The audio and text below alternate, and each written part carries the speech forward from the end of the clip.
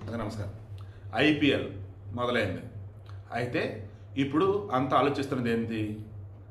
ఐపీఎల్కి ఎక్కడని craze అసలు ఎందుకు వచ్చింది ఏంటని క్రాస్ చెక్ చేస్తే 2008 అనుకుంటా స్టార్ట్ అయింది.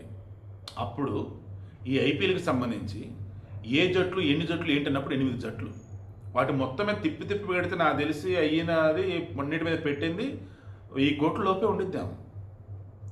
బట్ ఇప్పుడు ఒక రాజస్థాన్ రాయల్స్ తర్వాత రాయల్ ఛాలెంజర్స్ బెంగళూరుకి ఒకదాని మీద ఒకటి పోటాపోటీకి మన ఏకంగా 30,000 కోట్లకి దాదాపు అమ్ముడు పోయినాయి. అంటే డబ్బు వర్షం అంతే. స్పాన్సర్లు అరగం పెరిగిపోయారు, చూసేవాళ్ళు పెరిగిపోయారు, యాడ్లు పెరిగిపోయినాయి. And satellite rights, OTT rights, పస్తు పైసలు.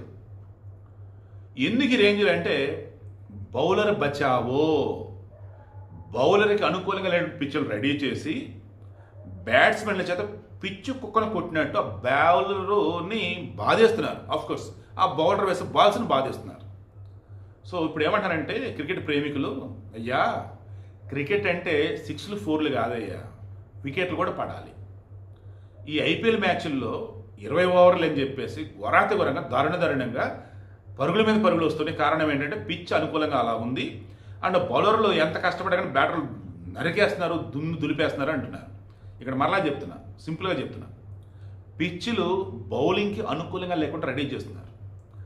ఐపీఎల్లో స్కోర్ తక్కువ నమోదంటే మజా ఉండదు. సో స్కోర్ ఎక్కువ నమోదాలంటే పిచ్ బ్యాటింగ్ అనుకూలంగా ఉండాలి. అదే జరుగుతుంది. క్రికెట్ని చాలామంది మర్చిపోయారు. క్రికెట్ అంటే ఒక టెస్ట్ మ్యాచ్, 1 డేస్ మర్చిపోయారు. ఆల్మోస్ట్ T20లు లేదంటే ఐపీఎల్. సో ఇప్పుడు ఏమంటారు మరి? ఒకప్పుడు క్రికెట్ ప్రేమికుడిగా, ఇప్పుడు ఒక జర్నలిస్ట్గా నేను చెప్పేది మీ అందరు కూడా ఒక మాట చెప్తున్నా. వీలైతే మీ వంతుగా మరి పోస్టులు పెడతారా, ట్వీట్లు చేస్తారా, మీ ఇష్టం. పిచ్చులు బౌలర్స్ కూడా అనుకూలంగా ఉండేలా చేయమని చెప్పండి. ఆ మజా భలే ఉండిద్ది. తక్కువ స్కోర్కి అవుట్ అవుతూ ఆ స్కోర్ని కొట్టలేక నెక్స్ట్ వచ్చినప్పుడు మళ్ళీ ఓడిపోతే మజా సూపర్ ఉండిద్ది అసలు. కానీ ఎక్కువసేపు స్టేడియంలో ఉండాలి, ఓవర్లో మొత్తం ఆడాలి, స్కోర్ ఎక్కువ రావాలి, సూపర్ ఓవర్లు పడాలి అనుకుంటూ ఉంటే మజా పోయిద్ది.